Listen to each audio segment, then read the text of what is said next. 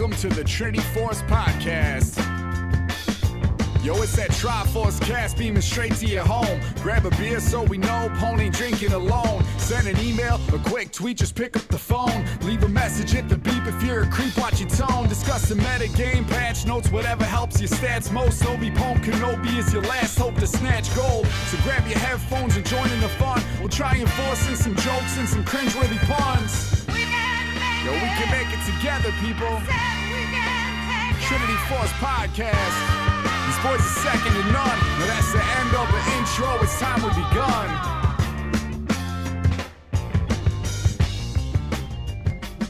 Hey guys, welcome to the Trinity Force Podcast. My name is Adam Ponophobia Cogswell. You all know who I am, but you may not know who these other people are in the call. So I've got Vrail, I have Pillow, and I have the soulless Ginger. Is that correct? Yes, sir. The soulless one. Gavin, Ben, and Josh are all joining us. You know what? I just realized, Vrail, that I don't ever call you by your real name. You don't, no. And your name's not actually Vrail. It's Vray. So I don't know how to feel about this. Mark, come on. You can't. Vrail was taken. It looks right, so just you gotta pronounce the L. No, I'm gonna start calling you Vray because that's your real name. That's who Go you are. for it. You should just grab it. So a little update on some stuff that's going on behind the scenes, guys. Moon's gonna be out for a while. Marine Revenge, for those of you may know him by that. He's got some real life stuff going on right now that he needs to take care of. So if you're wondering where he's at, that's what's going on. Heartless Beaver, he's gone for a while as well, taking care of some real life shit. He might eventually be back. Dom is gone for the foreseeable future as well because everyone's got real life shit to take care of, and that's why all these other new people are on. But we're happy to have them because I feel like the conversation has been just as good, if not better, in some aspects. So I appreciate Gavin and Ben for joining us. Q should be back around here shortly. And Impact, he's just taking the night off for doing teacher shit. It's that time of year. Everyone's going back to school. My wife just started, doing the teacher shit too. But sorry, Sad. my phone's I don't going want off school and to come back. And it did it. Yeah. You're still in school, right? Yeah, my semester starts in like 3 weeks, something like that. Oh shit! Better hit Diamond now. Yeah. I already am Diamond. What are you talking about? I just wanted to see you confused. All right, guys. I'm sorry. I'm really distracted. There's noises going on in the other room as he screams toward the person in the other room, making lots of noise. I just got yelled to close the door. Hold on. This podcast is going great. Fantastic. All right, let's jump in. Let's do this shit. We're back. I closed the door. So we're going to talk some League of Legends tonight, as always. I have some notes written down. I kind of want to do a follow-up discussion on Stormrazor and Critical Strike items. We had this listed on Monday. Didn't get to it. We'll talk about it tonight. And Meddler made a post today about what's going to happen in preseason, because that'll be coming up here shortly, around, December-ish, January. And we're not too far away from those months, by the way.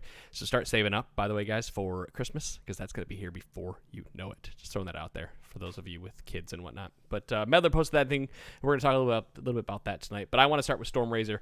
I'm actually going to put Ben on the spotlight on this one because he wanted to start the conversation last Monday, but we never let him get to it. Ben, what's going on with Stormrazor, man? Well, I mean, you're seeing a lot of Jhin, that's for sure.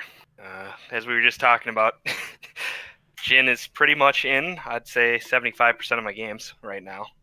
I actually started banning him. I think, to me, obviously, there's just so many things going right for him now. I think with the Stormrazor price decrease, he's hitting that Stormrazor passive, coupled with his own passive, coupled with Celerity, coupled with Swifties. It's just, I was playing Rek'Sai the other day, and I'm coming in on him, and with Swifties of my own, and I could not catch him, even with an E gap close. You just can't.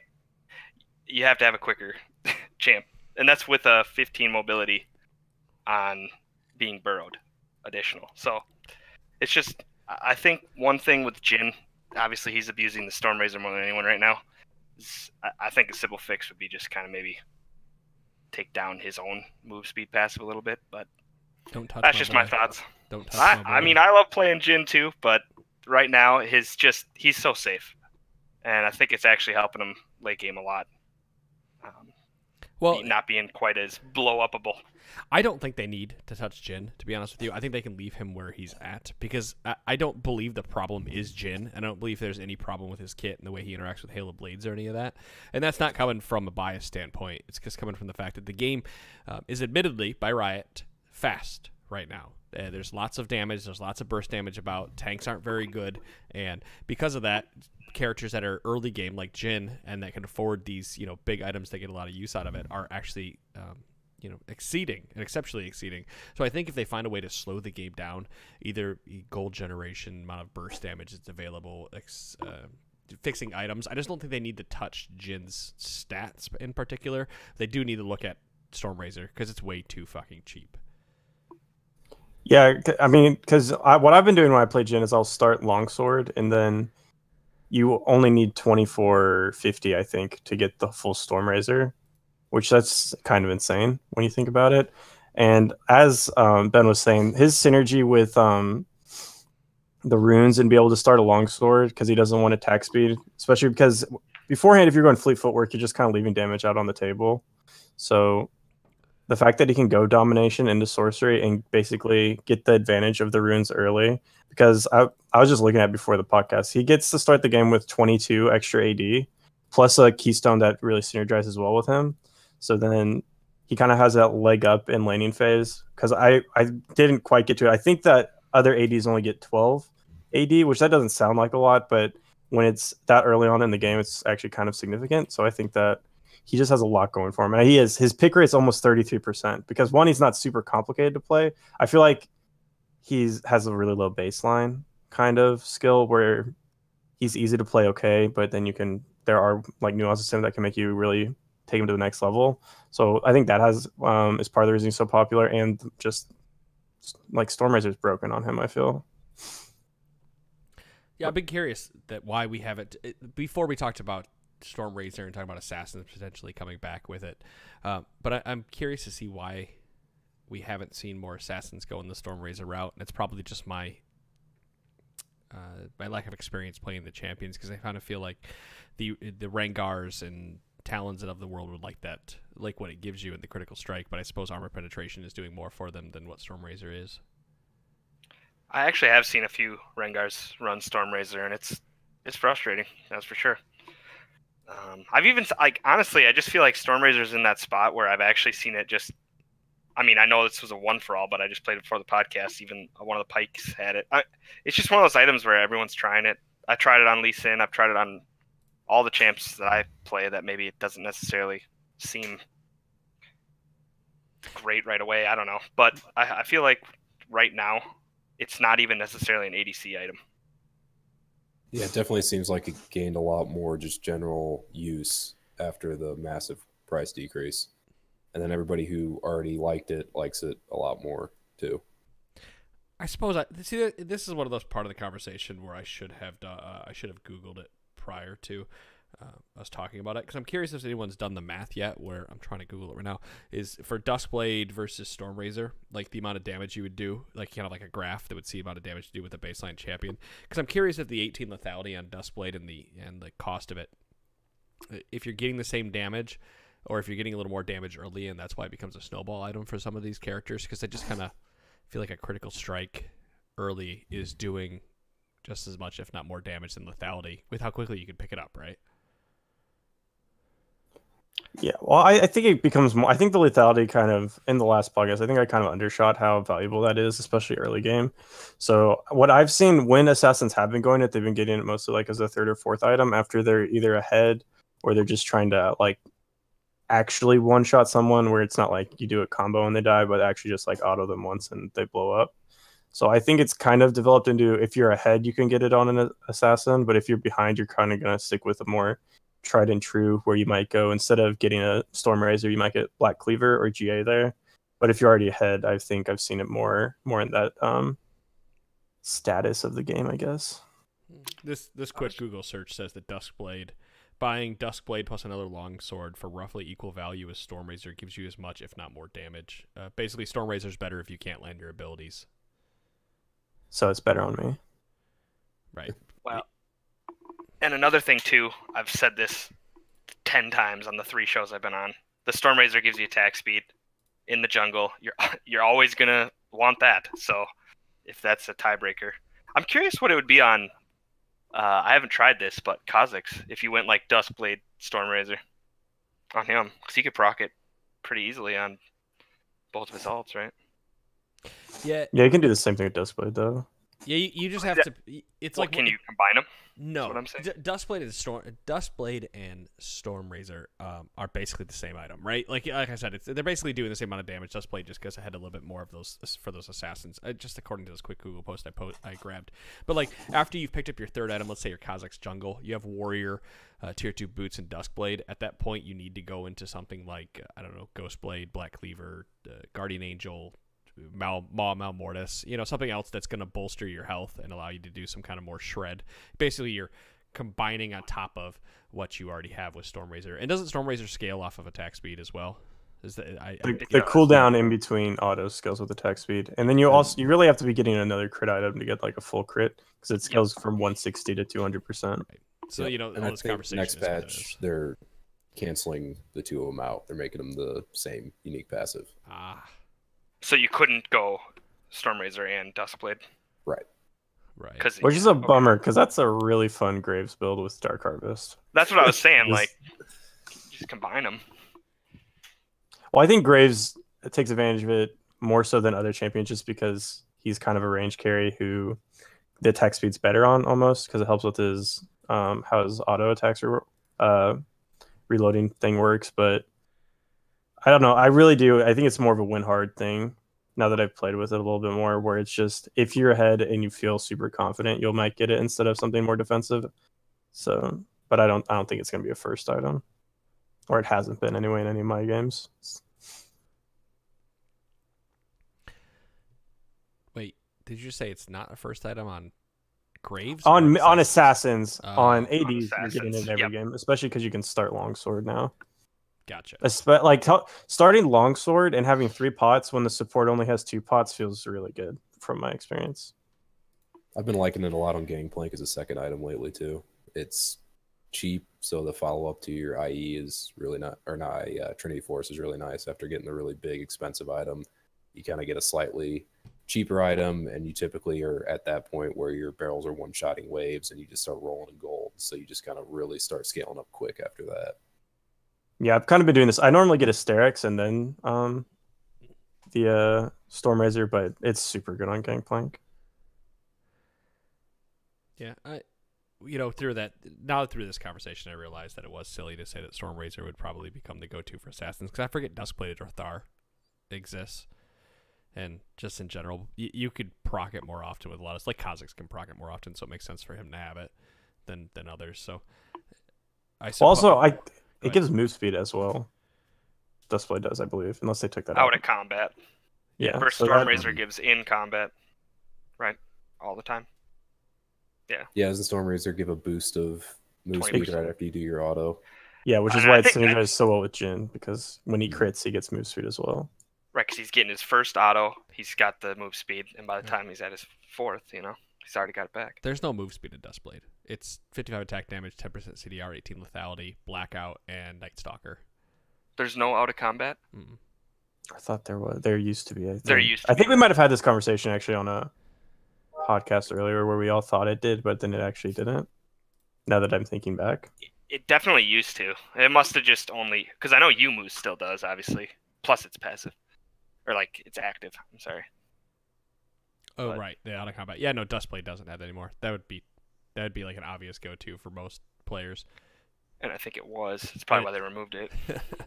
But Jhin used to rush that item as well.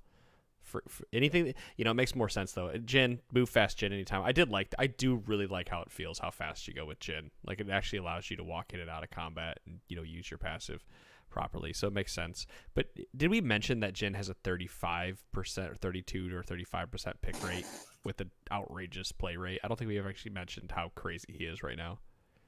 Yeah, we went over it a little bit. He's like 33% and still has almost a 52%. 33% pick rate and almost a 52% win rate. So the combination of those two things is... Normally if a champion has that high of a pick rate, they don't have that high of a win rate. So he's just in a great spot. and I honestly, maybe you guys disagree, but I don't think it's the damage as much as just how safe he is. Like, he's just so able to not really put himself in harm's way. It almost feels like Ezreal, right? Because he's got the E, it's right? So crazy. And just so happens Ezreal's the second most at like 20%, right? Not a good win rate, but very high pick rate. I don't think he's necessarily safer than. I don't think that's there. I just think he synergizes super well with Stormrazor, which is the best early marksman item right now. So I think it really is just that. I don't, because when I'm playing Jhin, I don't feel super safe because you're not building the lethality build where your abilities are what hits hard. You're still having to get in and auto attack. So I really do think it's just the synergy with Stormrazor that's pushing it up. Well, I meant like safe in the sense that like he's hard to get. He's easier to kite with right now. Like, oh yeah, for sure. That's what I meant by safe. Like, he's hard to get on top of, more so than maybe he was before. If you're good at kiting, with a lot of melees, a lot of bruisers, that makes him feel, I think, a little safer than something like Jinx or Caitlyn that have maybe one mobility or kiting ability, and then they're kind of just in trouble. Whereas Jhin, every time he gets his fourth shot or the crit, he gets a little burst of speed to kind of reposition. Yeah, but those ADs also get the move speed from Stormrazor. He just gets more of it because of his passive. But they also have I guess it could be that way. But I just feel like it's literally he gets so much damage. I don't think it is the mobility. I think it's just the damage from the item. Because if you combine his passive move speed with the crit move speed, then you have the move speed on Tristana and her jump. Like, is it really that different? When you put the two together, I don't think so. Fair enough. That's fair. Yeah, I guess. And you're right. Maybe it's partly just me feeling that way because he's one of the few ADCs I'm playing against right now. But, I mean, he definitely feels fast. I mean, in terms of kiting now. But you're right. Maybe it's just the free damage, too, early. Well, he also scales super well right now because he doesn't have to get 3 items. I mean, I guess technically you could go 2 attack speed items, but being able to skip a second Zeal item and still get almost 100% crit, he can routinely get, like, he's super strong early, but then later on in the game, he still can get almost 1,000 AD if the game goes late. So he's really strong early and he has a really strong, like, late game. So he kind of has the best of both worlds right now. Right. It's Stormrazor. Stormrazor is pushing him over the edge because you get a free crit off of Stormrazor with your first attack, and Rapid Fire Cannon increases your range, and so Jhin gets everything, right? Like 2 items on Jhin is insane. You get a free crit at a super safe range that allows you to get at least another shot in, and then you're out, and you can't be touched. And you're right. It's just Stormrazor is the problem. It's not Jhin's damage. It's Stormrazor. And not only that, it's like you have Stormrazor, so you have that move speed plus his passive. Plus the fact that we didn't mention that no other ADC can build Swifties without giving up as little. Like, Jhin can build Swifties a lot easier is what I'm trying to say. Which, again, makes the Stormrazor passive a little bit better. Mm-hmm. And then, like you said, with the Rapid Fire Cannon, the range that you can get from him. And then you proc Rapid Fire faster now because you're faster. So you get that up again faster. The perfect storm, right? Right. This is the whole reason that all these changes were made in the first place, was the 2-item power spike for 80 carries feeling too strong and letting them kill squishies when Riot wasn't necessarily wanting to go in that direction. So we'll see kind of how they deal with this. So, sorry, I'm going to cut you off, Rail. So speaking of, Riot, you just mentioned Riot didn't want to go that direction. Riot didn't want that to happen. In Meddler's post today, he mentions that they didn't want to let you pick your rune combination passive because they felt like it gave you more choices or, forced players into making decisions. Now, I hope what Riot's learning from this is that those things that they want to get rid of are actually healthy for the game, and they need to balance around that rather than trying to force players to play rather than trying to force players to think too hard or make some kind of like moral critical decision. It's better to just give them the clear path of where they need to go, right? Because in my opinion, like Gavin, you said, that Riot said it's unhealthy for ADCs to have 2 items and have a power spike. Obviously, we have a character doing that right now, but it's not like he's outrageously succeeding. He's still at a 51% win rate, and that's healthy for the game. Even at a 30% pick rate with 51% win rate, that's not unhealthy. Unhealthy would be if we're talking 53% with a 35%, win rate or pick rate. That's unhealthy. There's a line to toe here, and granted, everyone should be at 50. Everyone should be 50% win rate with high pick rates, but that's never going to happen in a perfect world. So I just wish Riot would take a look at these, learn from the mistake, and go, okay, it's okay for 80 carries to have a 2-item spike, and maybe we just tone the 2-item spike back a hair rather than remove it altogether. That's just my opinion, man. Yeah, Go ahead. I feel like it's hard to find a certain balance, especially because you have so many different types of champions. Like Jhin is really the only champion right now that you would say has a really strong 2-item power spike. I think most ADs it's Stormrazor and then IE. I just feel like just the way he synergizes with the items that you would go right now, he's one of the few ones that actually have a 2-item power spike. So they kind of achieved what they wanted. It's just one character is abusing certain aspects of the build that make it better for him at 2 items. Mm-hmm. I guess that would be my question is, would it really be that bad if their aim was to eliminate most power spikes at 2 items, but still have certain champions that are going to have those? Because there's kind of the way Riot, I feel like, works in a lot of cases is rules but exceptions. There's like the general rule of thumb, but then there's also certain champions or abilities that kind of move outside of that set of rules, especially with a lot of the newer kits coming out. So I don't necessarily think it's a terrible thing that we have champions that have 2-item spikes, especially in certain roles, so that you don't just have one role. This is exactly how they play every single game, and the only variation is what they look like, which is what I think happens when you say, no, there's no 2-item spikes. There's only 1-item and 3-item, right? This gives you that option of saying, hey, well, maybe I want to play a champion that spikes at 2 out of the marksman role. And maybe I want to play a champion that is more like a Tristana or a Caitlyn, or I honestly don't know who's that great bot lane right now, but those 1 and 3 items, Stormrazor, Zeal, IE kind of champs. Yeah, it's Misfortune, Draven, Jhin really are the 3 that you see bot lane all the time. Misfortune, Draven, they both get a 2 items power spike. Jin's a little lower than anybody else. He gets a 2-item. Jinx doesn't do too bad with 2 items because she can do Hurricane and Stormrazor. I mean, she's up there as well. But those are by far the biggest offenders in the bottom lane. But, I think, in my opinion, part of the problem is that Riot is trying to... Riot's got a bunch of eggs and a bunch of baskets, but they're trying to put all their eggs... They're trying to crack their eggs in half and put them in each little bit of basket. Of course, if you put them all in one, then you fucked over everybody else. But they're just trying too hard to distribute the eggs really evenly, where they're making it so we can play solo queue and we can play casual 5s and we can play flex 5s. But you have this tier system of what the game is balanced around up to the ultimate level of pros, and then there's and suddenly pros are literally abusing Zoe in pro play right now, but everybody else is suffering with it. So, what are you doing with your eggs, and how are you balancing this game? Because I'm sure pros are going to now abuse this 1-item power spike, or even hell, just the longsword start on Jhin in the bot lane. That's going to overtake the game. We saw it with Fiddleheimer.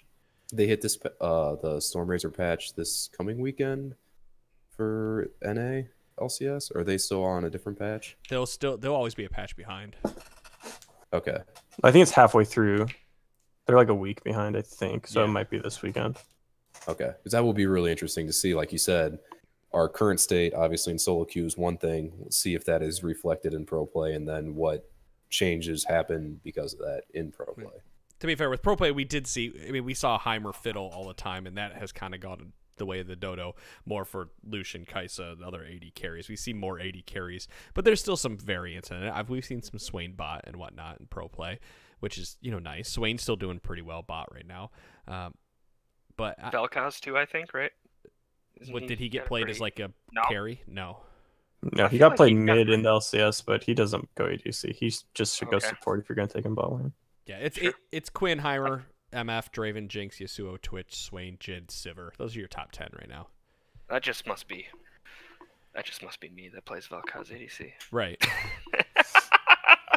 It feels I don't really hate the strong. plan.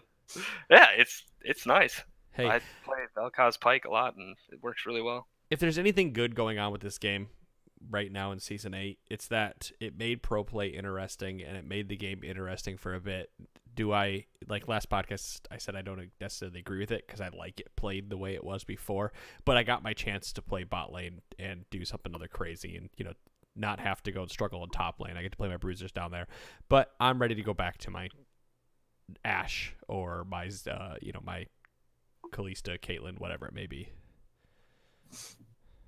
We just want structure back. Come on, right? Give us structure. The eternal struggle between Dota and League, where Dota's like, no structure at all, let us do whatever we want. And then League players are kind of like, well, we want that too. Never mind, the grass isn't greener. Give us back. All right. Well, that's pretty much the Stormrazor follow-up. Did we have anything to say about critical strike items? I don't really think I've seen it change other than what we mentioned, right? Yeah, I mean, I would say just looking at win rates, you see some of those create AD carries creeping back up. Just looking at U.GG, I'm seeing the lowest win rate bot laners right now. Varus, Ezreal, Tristana, Vlad, Caitlyn are the top or bottom 5, I would say. So a couple crit users in there, but I'd say most of the crit users are closer to the middle of the pack than they are to the bottom, at least from what I'm looking at here. So I think that means it moved in the right direction. Yeah, they did a good job. I don't think it was ever going to shake up the meta because the items are still cheaper for everyone. So the ones who were good with them just get them earlier. But those other ones who really struggled because they needed to do complete items got bumped a little bit. Mm-hmm. So the general meta down there is the same. I would just say the bottom's a little better and the top is a little weaker. Which is, I guess, always what you want to aim for, right? A little more parity across the board. Yeah. All right, so this week, or today, actually, about 8 hours ago, Meddler had a post go up. Actually, it's from Riot Scruffy. Riot Scruffy's not Meddler, but Meddler had tweeted about it. So they're looking, as of right now, they've pretty much said everything that we've been saying, that damage and burst are too high, and marksmen still feel bad to play. And we just had that whole long discussion about it, but really the most noticeable part about this Dev Corner post is that they're finally doing what we've bitched about for months and months, is that in the preseason they are removing the restriction for 2 rune pages to get your bonus. So you'll be able to freely pick whatever bonus you want. Excuse me. And I'm actually really excited for that. I'm really excited for the possibilities of being able to pick whatever I want and pick my bonus, because I feel like it opens up the landscape for more champions to be played in more positions. Granted, there's going to be some people out there who are going to find major buffs from this, like specifically, top laners and jugglers, but it's awesome. I think this opens the landscape up for more variety and more variety in the game. Yeah, I think variety and creativity. Because I think it's probably will affect top the most, because all those champions who want to go grass, maybe because they want to be a little tankier later on, will be able to have the option to maybe go AD instead of getting stuck with just a lump of HP early on. So I think top lane is going to be affected the most, where these champions have the option to go a more defensive room but still have the stats to fight early. So I'm really interested to see how it develops. I'm not super. I wish I'd read more about this, because I'm not super familiar with all the combinations you get right now. So I want to know, I don't remember what, if you take this rune with this secondary, how much AD do you actually get? But I think it's gonna be really interesting. I'm super excited for it. Yeah, I'm interested to see how they do it too. They give you an offensive, defensive kind of like mini rune tree, you get attack speed, adaptive damage, or something else, and then you get armor, magic resist, or health, and you can kind of choose from those levels. Or if they just say, hey, you get to pick one of these 5 things, and that's your all in on that, or kind of how they do it, I think will be interesting. So I think there's a few different ways they can kind of go with that to make it either kind of more like the old rune system, where there's just insane customization and the minor stats you could get at the beginning of the game, or if they keep it more of you get to choose out of these buckets and kind of go from there. The one thing I can think of from a jungler perspective is I think it will help junglers that don't synergize well with the precision tree. Mm-hmm. So then they can take that attack speed. Maybe tank junglers could help, my thought, that want to take an aftershock or something like that. Kind of like what Vrail was saying for the top lane. Kind of apply that logic to the jungle to get that attack speed and AD early, but still have the aftershock or whatever. I mean, that's what let some junglers in season 7 and 6 thrive, was the fact that you could take so much extra attack speed in your runes. Echo Jungle was one of those that started doing well. Fizz Jungle, because they could take the attack speed, and they might not do well. They want attack speed. Sejuani. Yeah, Sejuani. There you go. Tank junglers are actually really, really, really good in this conversation. Zach, Sejuani. Who else is there? Am I thinking of? Gragas was one that fell off the face of the earth for a while because he didn't have the attack speed. And there's others that I'm missing as well. But yeah, junglers want pure attack speed early because they scale so well with the items they get. From what I remember, every single jungle rune page you ran had at least some kind of attack speed in it. Unless you're something like a Nidalee or, like something that I'm just trying to build a bunch of AP or AD early and kill somebody, right?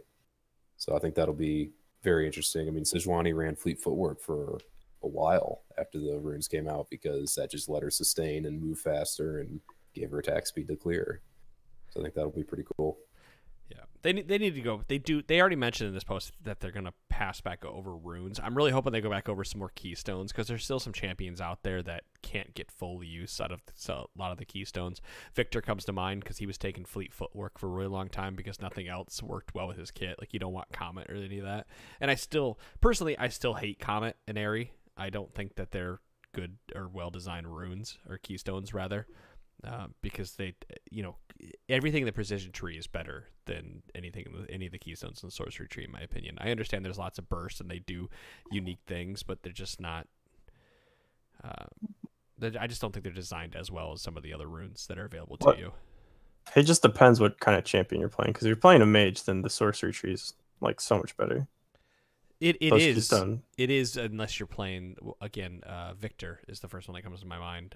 Karthus doesn't want any of that garbage. Karthus doesn't have any need for Comet or Airy. It doesn't do anything for him or use his kit. Phase Rush doesn't help him at all. He doesn't need the extra move speed. And so what do? Electrocute, Unsealed Spellbook. What was it? Predator. Now you're forced to go down the Predator tree. Always default to Predator if you don't have a rune. Right. It's like garbage like that. Like, what do you take? All right, well, I'm taking Predator just because it's the only thing that can work, and now I'm stuck down a domination tree that's not giving me. It's giving me almost nothing. What's domination tree giving you? Potentially reduce cooldown on your ultimate. Like. Yeah. If you're playing Karthus, that's pretty big. And that is big, but like you're also giving away so much other stuff. What other secondaries do you want? Celerity, that's more damage based. Gathering Storm would be great if the game lasted longer. That it's shit like that. Like there needs to be something for those champions that don't get use out of the sorcery tree when the sorcery tree is obviously made to be for mages. Well, so I think for me, go ahead. The thing for me was like you were talking about Airy, that I just like. It's just a personal thing. I'm not saying it's like broken or anything. It's just there's nothing to play around. It's kind of like boring to me. It's just like additional damage. It's not like every 4 seconds in combat like Grasp or a pressed attack. Obviously, like those are more engaging and fun for the player in my opinion than just like Airy, you just auto and then you got a little extra. Like I just don't find that as fun. But you can run up and catch the little thing flying back to you and then throw it again. That's true, because you can reduce the own cool. Okay, so maybe there is a little bit of playability there around. It's technically more engaging than Grasp, because Grasp is wait 4 seconds or whatever, and then use it again. Yeah. Well, okay. I mean, Ares damage is better if you're chasing someone just because you're running towards it as it's running back to you. So, like, it's good on like Teemo and Brand can both proc Ares twice if they run up and catch the thing while their dots are still ticking. Yeah. Mm-hmm. I think you're in the same spot I am, that you like 3-hit or active keystones like Predator, ones that you will see the use of. You can press a button or you can count to get the full use out of it, rather than ones that are just passively taking effect and the only thing you're counting is the cooldown of the item, or keystone rather. Yeah, for sure. I mean, I think it's more engaging to play with it and against it, right? It gives you kind of like that mini game within your lane or whatever. Well, I think they could change Comet in a way. I always thought this was interesting. If they made Comet where it's an ability that you hit like outside of say 500 range, but you have to hit 2 of them. So you hit 2 spells within say 5 seconds, and then the Comet maybe slows them or something like that. But it has to be outside of your immediate range, so that way you have like it specializes it a little bit more, but you get more out of it because for one you have to hit it from further away, and you have to hit 2 spells. I always thought that could be an interesting little adaptation for it. That'd be awesome, I think. Yeah, that'd help with artillery people, Lux, Zerath, that kind of stuff, right? make it kind of a little better for them. Which they didn't need earlier in the season just because Comet and Scorch were so broken. So it was just adding damage to their poke. But now that they've kind of come back down to earth, I think they could look at either. Well, they are. I think they're changing Scorch. Well, this is the next patch, but I think they're halving the cooldown and halving the damage, which I don't really know exactly what that's going to do. But I think they could revisit Comet a little bit. So I agree, it's a little boring. It's just basically if you hit them and you have a slow, it's just extra damage. Yeah. And then there's the brand passive kill. Oh man, that's the worst. When you think you're out, and then like 4 seconds later, the comet hits you. So I will say we've been pretty positive so far about it. I do have 1 or 2 things that makes me concerned. I think that right now there are certain keystones, and the example I'm going to use is Conqueror, that are gated behind these stats and that keep them within reason because of these stats. I know not every champion is going to say, hey, yeah, I want true damage that I get activated on an auto, but there are definitely champions I feel like that don't utilize attack speed and AD that now that they have this not gated by that are going to want to start taking this, which is going to make it overpowered in a lot of cases, and then it's going to have to be pulled back. Sure. And my only worry is that this happens to 1 or 2 or 3 or then all keystones, and we end up at a level where we almost go back to pre-Runes Reforged, where your keystones, I guess they did things and they were noticeable things, but a lot of the times they didn't feel as impactful as I feel like the ones we have now. You know what keystone you're using, you feel it, it feels good for the most part. I'm worried that when you stop gating these, you have to bring all their power levels down enough that they work with everybody and aren't broken on certain ones, and that could pose problems for the feeling that you have when you use them. And like I said, that's like the one thing that makes me go, I'm not sure. Everything else I like, but that one thing kind of does raise a little bit of a dark cloud in my eyes. Yeah, as Dom said earlier in the Slack, if that happens, they'll touch it. I have to imagine they'd almost immediately touch it. They've learned their lesson from previous seasons. I have to imagine. Black Cleaver came out, and we played with that for months until they fixed it, right? League of Cleavers. Right. Like, shit like that. Like, if they change these runes and suddenly Conqueror becomes way more powerful because we have a ton of extra AD added to the kit thanks to being able to pick our passive, Riot's going to touch it. There's no way they let that stick around because that warps the meta too much. And at this point, there's nothing in League that is significantly warping the meta that when it comes to keystones and whatnot. It's just that some are better than others, and whether that better is by 5 or 10%, it's not 25, 30%. Or you get what I'm trying to say. I'm just throwing out random fucking numbers to hit the wall. I have faith that Riot would do the right thing. Maybe my faith is misplaced, but who knows? I just hope that the power equal or close to equal that we hit leaves the keystones in a place that they're still fun to use. That's just my main concern. I just don't want to see them nerfed all hell, and you just are almost saying it doesn't matter what I pick. I'm going to get this very minor little thing that doesn't do much.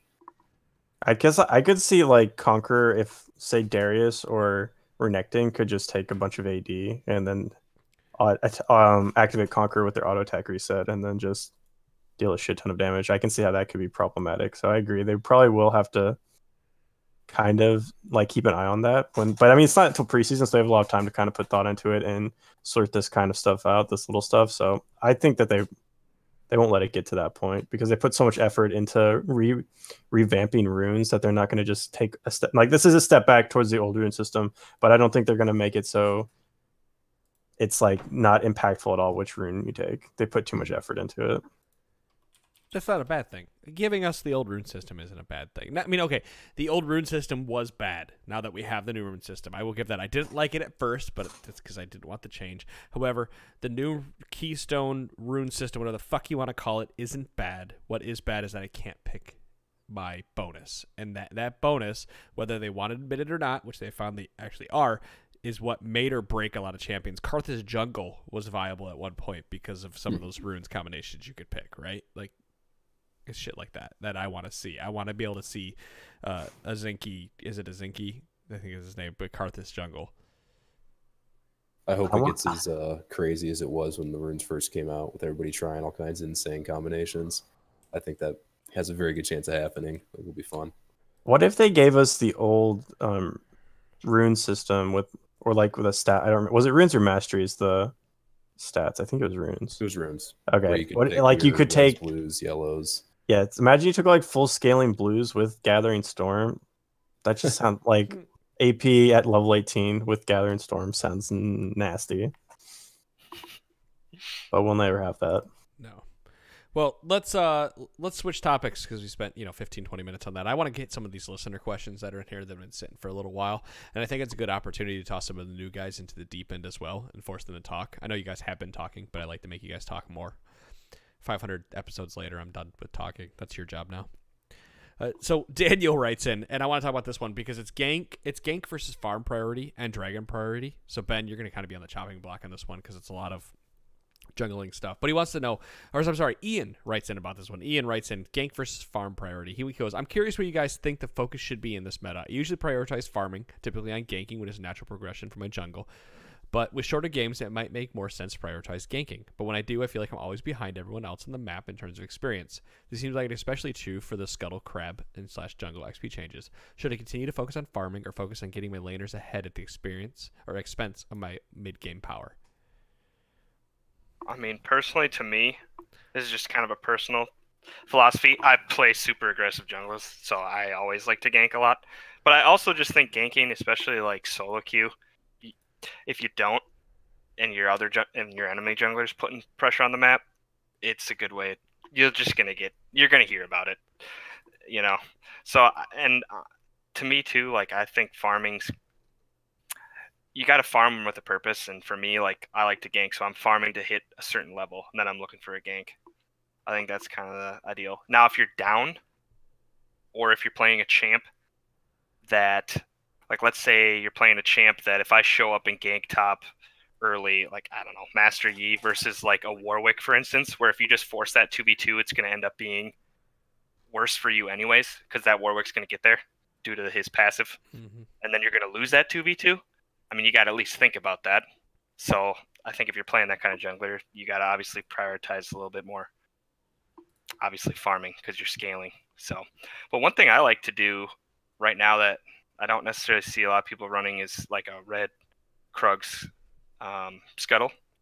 And it's pretty nice because whether you start top or bot, you can, if you hit, and it depends on the champ you're playing too, if you can do this, but if you can clear red and then Krugs and then Scuttle, you're going to hit level 3, and it's the only 3 camp level 3 in the game right now. So, and then you have a speed boost on top of 2 lanes that you have an option to go to, which is pretty nice, whether it's top or mid or bot. So that's one path I like to kind of look for a gank really early on that path. So, excuse me. Yeah, I have noticed with playing with and against a lot of junglers is that they seem to be they're obviously the same level, but they're the same level not, how do I say this? A jungler could have 4 assists and a kill under their belt and equal farm to a jungler who now has 2 kills and 1 assist and just a little less farm, and they're about the same level, right? Like, it's not so much the jungler getting a ton of experience after making all the ganks, but what you're doing is you are actually snowballing your laners to gain all that extra experience, allowing them to get ahead because they're now able to pick up more farm, which equals more experience for you. Getting kills is experience, but it's not nearly as much as having a free lane to push down or to farm on your own. So I think, to go off what you were saying, Ben, is that gank priority right now is huge as long as you are staying within the same vicinity level-wise of your enemy jungler. We've talked at this ad nauseum as being able to counter jungle and whatnot as well.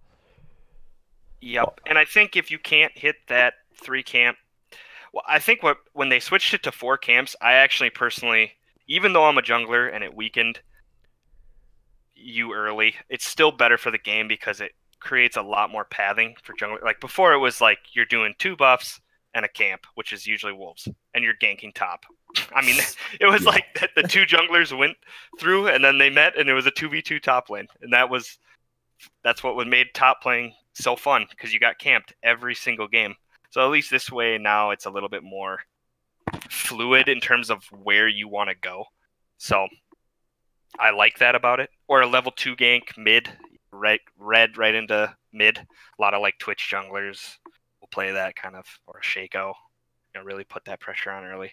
But I think what for before, and that's why I like that 3 camp gank now is with the Krugs, is then you have level on your laners, and that's huge. That's really nice, obviously, to have that level 3. And that's where, like in that old meta, that's why you always went top, because junglers were hitting 3 every time versus the level 2 top laner.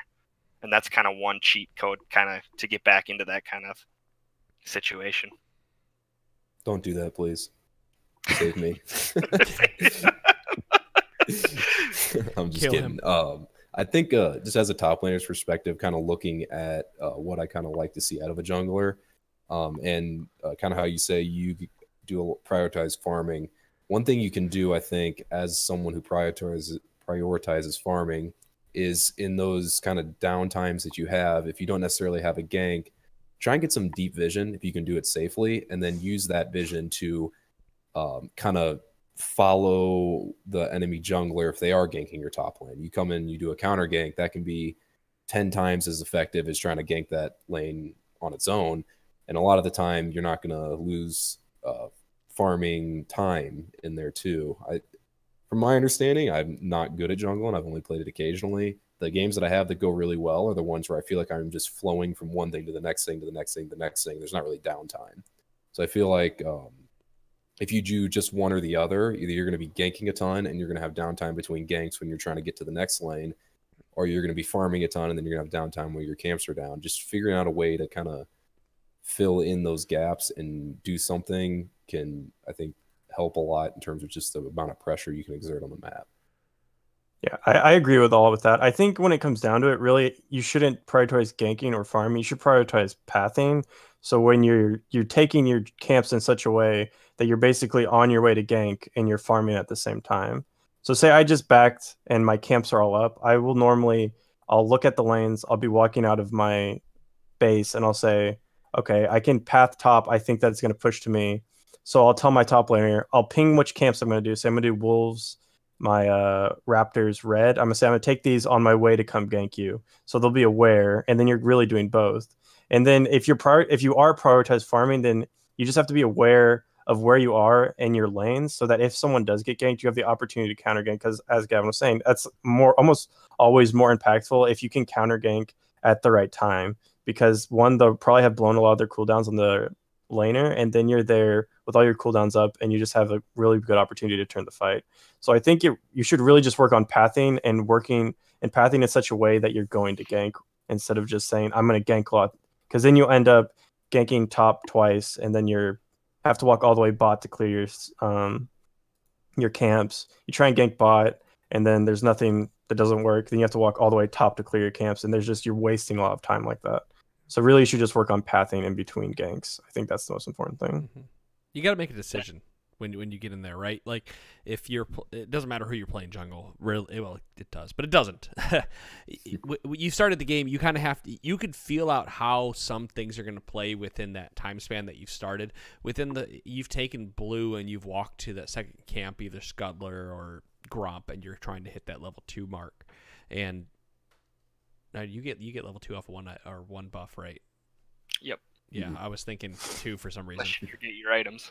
Only when you forget to take smite. Right. I'm thinking the level 3 mark of 4 camps, not the level 2. But while you're taking that blue buff, or right after, you can even go to the second camp and get a little more damage on it. A lot of times, what I like to see as a bottom laner is that if I am obviously getting a good trade-off, or I force somebody to use their potion within the first minion wave, because that's literally what is happening, that my jungler makes even a presence bot or tries to hit something so we can get a flash blown.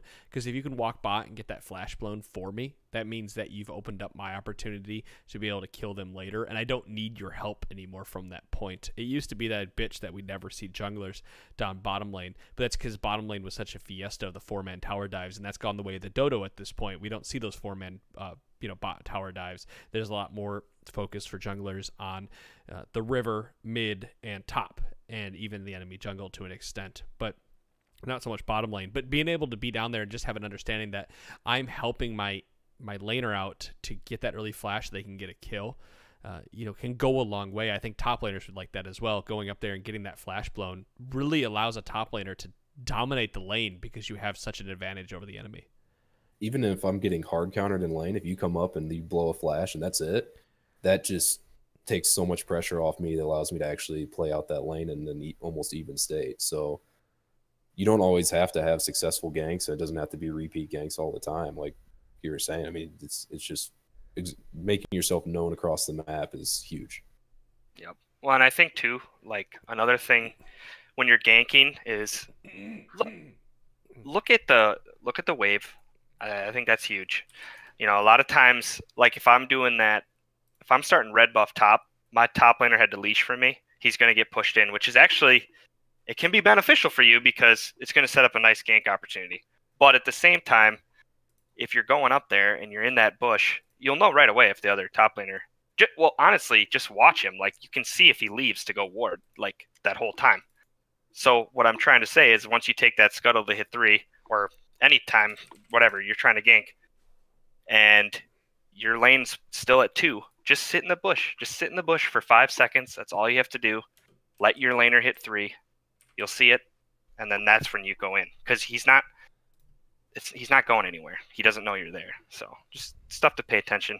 And reversely for laners too, like when you're playing more aggressive, sometimes it's nice to watch, and a good jungler obviously will be more predictable in this nature, but obviously if you're playing mid and he's on wolves or in the river or on raptors specifically, you can play a little bit more aggressive and kind of bait them, kind of almost play stupid in a way, right? Where the bait in a gank on you where your jungler can counter. So where I see a lot of laners sometimes playing really aggressive where it's like, I can't help you because I'm like, if I'm at Gromp as a top laner, if you just take note of that your jungler's at Gromp. So if I get ganked, this is going to be a 1v2. I don't have help, so maybe just change your playstyle a little bit for that period of time.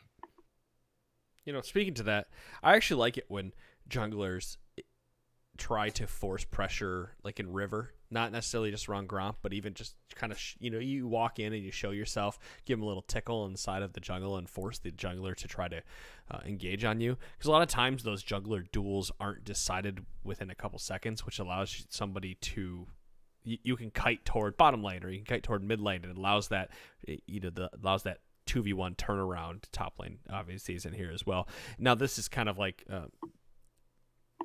depends on the game, but if we start moving back toward jungling tanks and whatnot, that'll happen a lot of times. Like a Sejuani meets a Zac, and now it's a wet noodle fight. But you can kite that back to the enemy, your allied teammates to help kill that person. Like there's strategy around just showing yourself and having a wet noodle fight in the jungle as a jungler. So I'll put a caveat to that. Do it around your pushed lanes, not your pushed in lanes. Yeah, thank you. I'm like, Yeah. I'm trying to talk this through, and I know I can see the scenario in my head. It's just that I forgot. I know that's what you meant, and I know a good amount of people have heard this before, and we've said it before. But always look at your lanes before doing something like that, because if your lanes are pushed in, you're not getting help most likely, and if your lanes are pushed out, they'll probably be there quick. So just keep that in mind, and especially beyond river. Oh. Yep. If you see someone ganking, please ping if your most important cooldown is like not up. I swear that happens all the time. Like you'll gank or connect in, and it's like, oh, my dash isn't up, and you're like, well, you could have told me that when I was spam pinging that I was going in. And then you just end up 1v1ing. And sure, you provide pressure, but the connecting can't help you secure the kill or something like that. So I think that's really important to be aware of as well.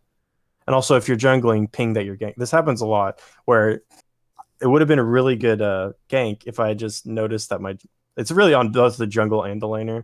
But if you just note, like, as Lee Sin got all the way behind them, I just didn't notice that he was doing it. He never pinged. So he would have been this, like, really great gank, but I was just, like, farming the front line, and he's, like, doing his own thing. So communicating between laner and jungle is super important as you're going in, just so you're aware of what he has up and that you're actually there. 100% agree. Always ping as a jungler. Doesn't matter if they should see you. Like, just ping. Sometimes they're just not thinking about it, And you're walking a lot. You can type as well. You're walking between things all the time. Right. Yes. Don't do it. And here's another Don't one. type. You're gonna start an argument. Don't type. Just ping. Yep. If you're going top, if you go top as a jungler, it's so frustrating when you're bot lane. Like, just think about things, you know? It's like, our jungler's top lane. Their jungler didn't show top. He's probably going to go bot within the next 30 seconds. Like, how many games have you played? You know?